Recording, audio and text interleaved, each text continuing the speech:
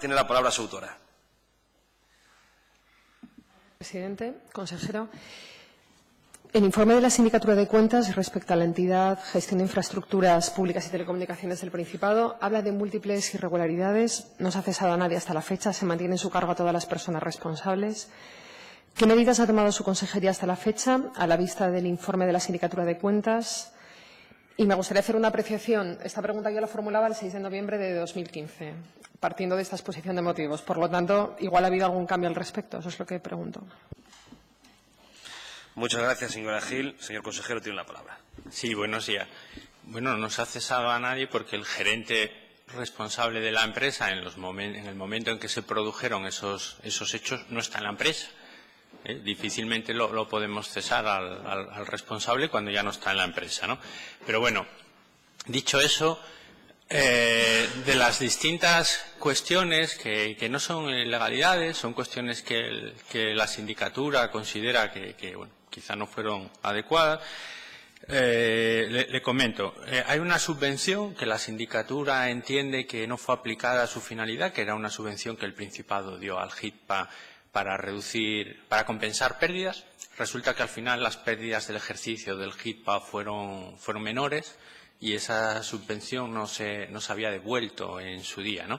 Bueno, entiendo que no hay un quebranto patrimonial en el sentido que el HITPA es 100% del Principado, pero en cualquier caso lo que hemos hecho ha sido en el último Consejo de Administración, como tenía posibilidad el HITPA, pues hemos acordado, en el último del año pasado, hemos acordado devolver la subvención al Principado, ¿de acuerdo? Ya está aprobado por el Consejo de Administración del HITPA devolver la subvención. No suponía ningún problema y la vamos a devolver. Son 167.783 euros. Otro asunto que comentaba era referido a la selección de personal. No hay ninguna medida que tomar porque hablaba de procedimientos y los procedimientos no hay ningún procedimiento abierto de selección de personal que pudiese hacerse algo distinto a lo que se pudiese hacer o pensase la sindicatura que se pudo haber hecho en su momento. Por lo tanto, aquí realmente no había medidas que tomar, ¿no? En caso de volver a contratar a alguien, pues estaremos a la directriz, o no me acuerdo exactamente cómo se llama, sí, directrices de selección de personal para el sector público autonómico, que establece coordinadamente la Consejería de Hacienda, me parece, sector público, y lo haremos conforme a esas directrices, ¿no? Pero no ha habido ningún proceso, por lo tanto, tampoco hay ninguna medida que tomar. Sí me gustaría comentar que la sindicatura decía que había habido publicidad y lo que no está acreditado era la concurrencia, pero no decía que no hubiese habido concurrencia, sino que no está acreditado, porque varios años después del proceso de selección, la empresa responsable de la selección no conservaba los papeles. Eso no quiere decir que no se hubiese hecho, ¿de acuerdo? Son cosas distintas. La sindicatura dice no se ha acreditado. Sí se acreditó la publicidad porque afortunadamente había salido en los periódicos, en los medios de comunicación y se pudo recuperar los anuncios publicados en su día. Bien. Respecto al tema de contratación, que también hablaba de, bueno, sin entrar en el fondo del asunto, lo que hemos hecho estamos preparando unas nuevas directrices de contratación que recojan todos los cambios que ha habido en la normativa de contratación y que serán de aplicación. En cualquier caso, además de eso, también todos los procedimientos, estamos mirando una manera de sacar todos los procedimientos, a ver dónde tengo esto, procedimiento abierto y licitar la asesoría jurídica también. Y yo creo que no hay más. Si me quedo alguna, pues me dice, por favor. Gracias. Señora diputada. Gracias. Sí, bueno, le comentaba antes y sí que me gustaría empezar indicando que yo esta pregunta la hice, pues eso, el 6 de noviembre, por escrito, y si la formulo hoy aquí de forma verbal es porque, bueno, es mi forma de presentar una queja, parece ser, no se me había contestado. Sí, en base a las conclusiones del informe de la Sindicatura de Cuentas sobre HITPA, que a mí me gustaría recordar que afecta al periodo 2006-2013, y, por lo tanto, incluye en ese periodo 2 años de la actual Dirección General. Simplemente a modo de apunte, porque esto ya se ha dicho varias veces que hablamos de un director general que ya no está, pero a mí me gustaría insistir en el hecho de que ese informe de la sindicatura afecta a 2 años de la actual Dirección General. Ha comentado ya algunas de las medidas que van a implementar o han empezado a implementar en relación a las recomendaciones a partir de las conclusiones del informe de la Sindicatura de Cuentas. Hay otras que no ha comentado y que me gustaría indicar ahora. Sobre la naturaleza y actividad del GIRPA, concluía el informe de la Sindicatura de Cuentas que desde el ejercicio 2012 la sociedad es un ente instrumental de la Administración del Principado, pero que no cumplía todos y cada uno de los requisitos para ser considerado medio propio de la Administración del Principado, por lo que no podía denominarse como tal. Cumple con algunos, pero es reiterada la jurisprudencia europea que establece que debe cumplir a la vez con todos los requisitos. Por lo tanto, en sus recomendaciones la sindicatura decía que la empresa debía modificar sus estatutos para dejar de calificarse como medio propio de la Administración. A estas alturas entendemos que la Consejería debería haber podido modificar ya esos estatutos para que dejase de ser medio propio. Le pregunto si lo ha hecho ya. Hay que recordar que si no es medio propio no se le pueden hacer encomiendas. Y eso por un lado, porque después ha comentado ya el asunto de la subvención, que era otro de los puntos que quería comentarle. Sobre el personal, usted comenta que la sindicatura no puede acreditar el cumplimiento de los principios de igualdad, mérito y capacidad. Hablo de la selección de personal. Pero ustedes pueden afirmar que realmente se hizo atendiendo a esos principios, pero que no se puede acreditar en este momento. Sería otra pregunta para usted. Sobre el fraccionamiento y la no licitación pública del asesoramiento jurídico, vemos que se externalizaba el asesoramiento jurídico a través de contratos menores, lo que contradecía el artículo 23 del texto refundido de la Ley de Contratos del Sector Público, conforme al cual la duración de los contratos debería establecerse teniendo en cuenta la naturaleza de las prestaciones, las características de su financiación y la necesidad de someter periódicamente a concurrencia la realización de las mismas.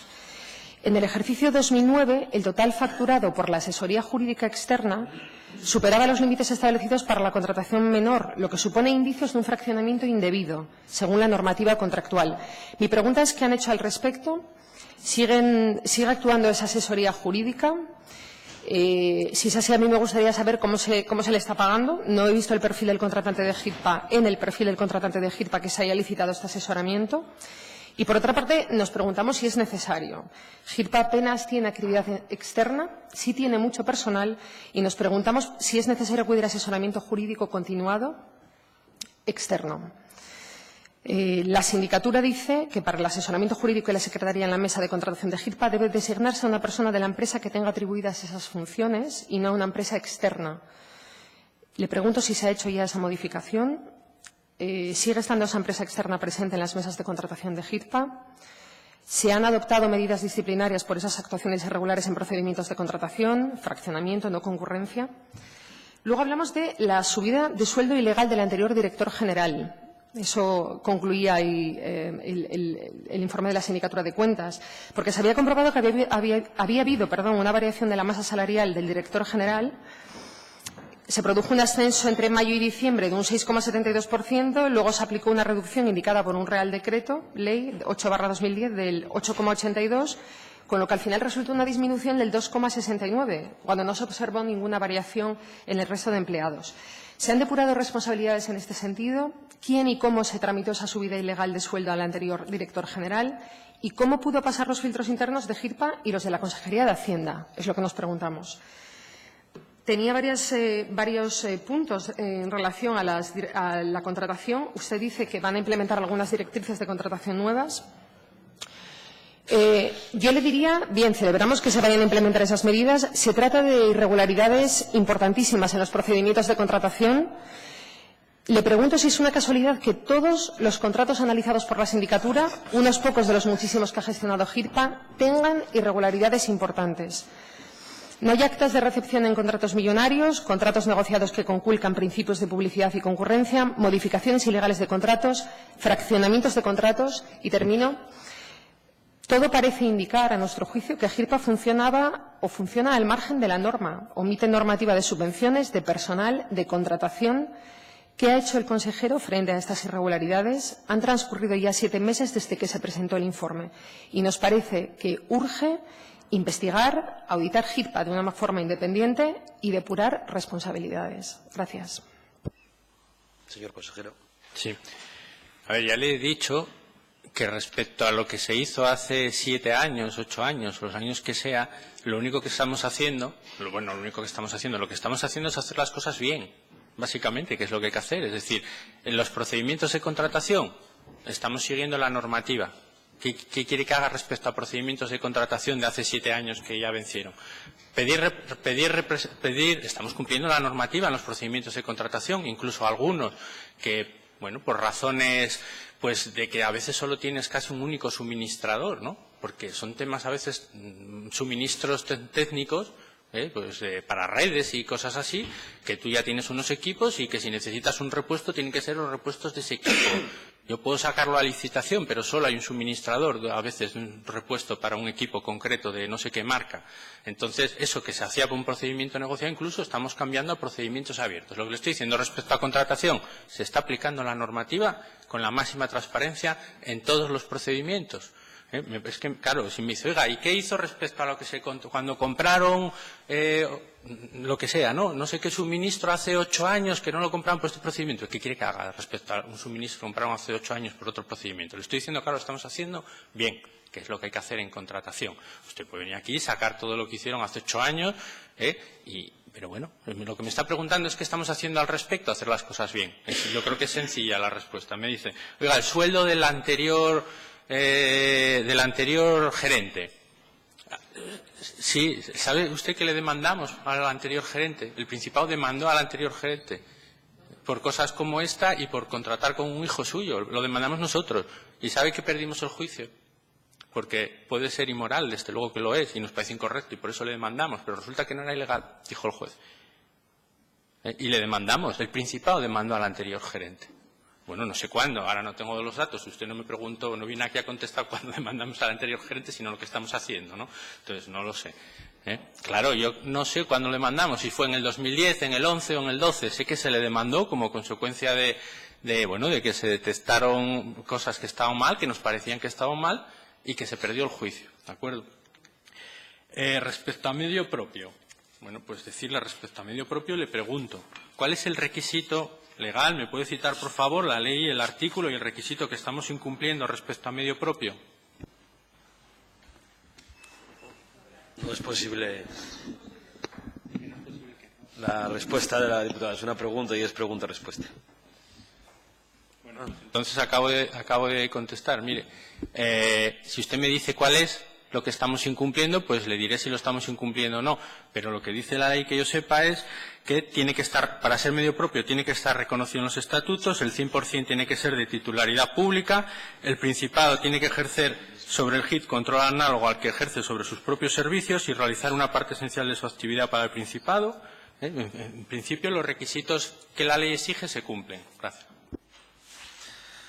Gracias, señor consejero. Indicar que en una comparecencia sí es posible el pregunta-respuesta, pero cuando son preguntas pues, no se hace. Continuamos con el siguiente punto del orden del día, que es la pregunta urgente de la diputada del Grupo Parlamentario For Asturias, doña Cristina Coto de la Mata, al consejero de Empleo, Industria y Turismo, sobre si tiene cuantificado los hogares asturianos que no disponen de un servicio estable de conexión a Internet. Para la escueta formulación de la pregunta, tiene la palabra su autora.